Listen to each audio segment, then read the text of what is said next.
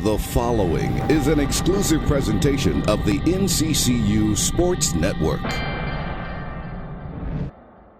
All right, Coach, if you could just start. You've had a chance now to go back and watch game tape. Well, give us your thoughts on the Duke game.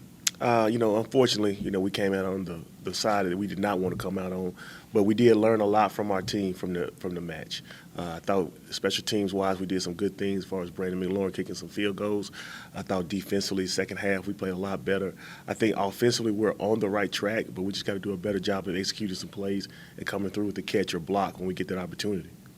With no preseason in college, obviously, was it kind of like your first real evaluation or assessment of your team and kind of can see where you guys are at when you played Duke? And in college football, was it too late by the time you get to a second or third quarter to be starting to evaluate and everything?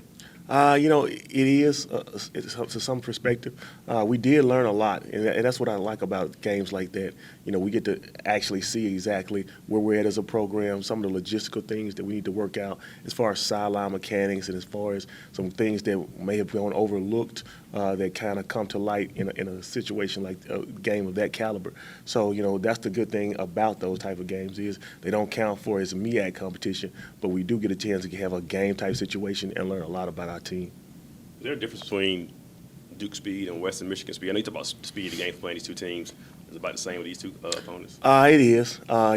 Duke is there's a Power 5 program, so their numbers are a little bit deeper, but as far as the speed of the game, it's all FBS, it's all Division I caliber talent. Some of those young men at Western Michigan probably could obviously be on Duke roster and vice versa as well. So, the speed of the game is going to be about the same. And as you guys have seen the fourth quarter, do you imagine better start from your team against Western Michigan? I hope so. We talked to those guys about being detailed, being more in tune, and being focused on what's actually going to happen. The biggest thing I'm looking for from our team is to get better from game 1 to game 2. I want to see some progress, and that's the things that we're really focusing on this upcoming week. Coach, how do you think the guys handled the stage, playing at Duke against a Power 5 team like that? I think, the first part, they were a little starstruck, but I think once they calmed down, I don't think that was the biggest issue as far as being more focused on what the task was at hand. There were some missed assignments that went on out there, and those are due to just being focused. And from a coaching perspective, we have to get those things cleaned up. You held them scoreless in the second half. Is that something you can is that some progress you can take moving forward as well? I think so. I think anytime you play a caliber team like Duke and you have any success, you have to build on the positive things. We forced a few turnovers. We made a few field goals. We shut them out in the second half. So those are the things that we want to build off of and try to be more consistent as we go along throughout the season. I know it's an entirely different team, but in the past, when you guys open up against a ECU or a Duke, can you tell a difference in the speed of the game or the confidence or the physicality from your guys the next week when you guys play a different opponent? We do, especially from a physicality standpoint. You get a chance to go against your team a lot during the off-season and during spring and during fall camp. And then when they get to go against a stranger, that physicality increases. So that's what we want to see. Western Michigan is a physical team. They play in a really strong conference, really good conference. So we know now going into this game, we're going to have to bring our A game. We're going to have to come to the party a little bit faster. Do you think you guys matched Duke's aggressiveness and physicality in that game? At times, we showed that we could be just as physical as them. But as the game progresses, you can just see the numbers. It's a number game, and it caught up with us. You guys came out pretty healthy from that game, though, right? We had a couple of. We had one ACL, freshman linebacker Jerry Mack. Other than that, we're in pretty good shape. Coach, what's the biggest thing you want to harp on with your guys this week in practice? Just getting better. One of the biggest things I talk about is we have to focus on us, control what we can control, and let's go out there and execute our plays and know our assignments to the best of our ability. If we do that at a high level, then I feel comfortable about being in a position at the end of the game where we have a chance to win. See Cox on the depth chart jump to the starting role. Was that because of his play? He played well. He was very energetic as Duke. Was that all from the Duke film or some of the things that happened that put him in the starting spot? Well, we've been watching him ever since he came in the spring, and he's done a great job of getting better and learning the playbook. And then I think once he got in a situation at Duke where the stage was a large stage, he performed excellent. And we just want to continue that going forward and see exactly how he's going to perform this week.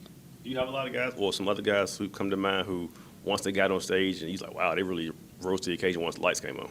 I thought DeMario Evans did some things that I was impressed with in the kickoff return game. I was pleased with that. Our freshman Torrey Cotton, he showed a level of toughness and a no-quit attitude when he did get a chance to go in there and run the ball against bigger and larger competition. So those guys I was really impressed with as far as some of the things they did, and not to mention Cox. He did an extremely good job too.